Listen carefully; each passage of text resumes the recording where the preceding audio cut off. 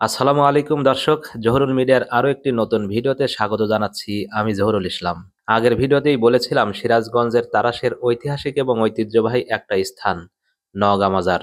এইখানে ঘুমিয়ে আছেন হজরত খাজা মঈনুদ্দিন চিশতি রহমাতুল্লাহ আলাইহের দাদা পীর খ্যাত হজরত শাহ শরীফ জিন্দানি রহমাতুল্লাহ আলাইহ। আজকের ভিডিওতে দেখাবো এই নওগাঁ মাজার এলাকার কিছু দৃশ্য।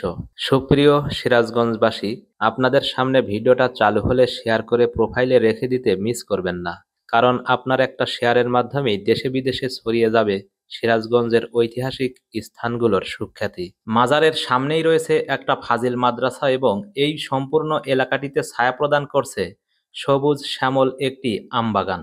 বাংলাদেশ থেকে প্রতি বছর হাজার হাজার মানুষ ভারতে যায় আজমির শরীফে অবস্থিত খাজা মঈনুদ্দিন চিশতি রহমাতুল্লাহ আলাইহি এর মাজার জিয়ারত করার উদ্দেশ্যে। কিন্তু অনেকেই জানেন না খাজা মঈনুদ্দিন চিশতি যে পীরের অনুসারী ছিলেন সেই পীর ছিলেন হজরত শাহ শরীফ জিন্দানি রহমাতুল্লাহ আলাইহি এর শিষ্য।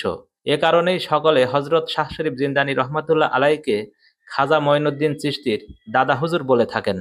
চলনবিল অঞ্চলের তারাশের এই এলাকাটিতে জমিদারি করত একটা সময় ভানু সিংহ নামের একজন স্বৈরাচার রাজা। তার অত্যাচার এবং জুলুমে এই অঞ্চলের নিরীহ মানুষগুলো হয়ে উঠেছিল একদম অতিষ্ঠ। তৎকালীন সময়ে হজরত খাজা শাহ শরীফ জিন্দানি রহমাতুল্লাহ ইরাকের বোখারির অন্তর্গত জিন্দান নগরের রাজবংশে জন্মগ্রহণ করেন। তিনি হজরত ইমাম বুখারী রহমাতুল্লাহ এর বুখারী নগরের দরবার হতে হাদিস, তাফসির, ফিকহ শাস্ত্রে অসাধারণ ব্যুৎপত্তি লাভ করেন ও জাহেরি এলেম চর্চা সমাপ্ত করেন।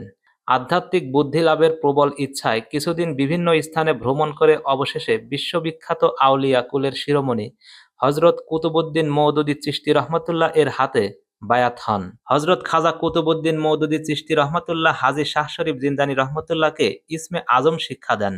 এর ফলে তিনি এলমে লাদুন্নি ও এলমে তাসাউফ বুদ্ধির অধিকারী হওয়ার পরে তার মুর্শিদ তাকে আপন খেরকা পরিধান করিয়ে দেন। আর তখন থেকেই অদৃশ্য হইতে আওয়াজ ভেসে এলো, হে হাজী, এই খেরকা তোমাতেই শোভা পেয়েছে, আর আমি তোমাকে আপন বন্ধুরূপে গ্রহণ করে নিলাম। কথিত আছে শাহ শরীফ জিন্দানি রহমাতুল্লাহ আলাইহে বাঘের পিঠে সওয়ার হয়ে এই নওগাঁ এলাকায় এসেছিলেন। তার এই অলৌকিক ক্ষমতা দেখে মুগ্ধ হয়ে এই এলাকাবাসী দলে দলে ইসলাম ধর্ম গ্রহণ করতে থাকে। তৎকালীন রাজা ভানু সিংহ এর সাথে মতানৈক্য দেখা দিলে ভানু সিংহ এর সাথে যুদ্ধ হয় এবং পরবর্তীতে ভানু সিংহ পরাজিত হয়ে সপরিবারে পানিতে ডুবে আত্মহত্যা করে।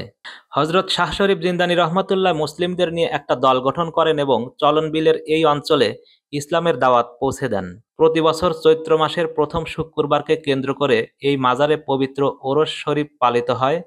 লক্ষ লক্ষ আশেকান, জাকেরান, ভক্তবৃন্দ দেশ এবং বিদেশ হতে হাজী শাহ শরীফ জিন্দানি রহমাতুল্লাহ এর পবিত্র মাজার জিয়ারত করতে আসেন ওই দিনে।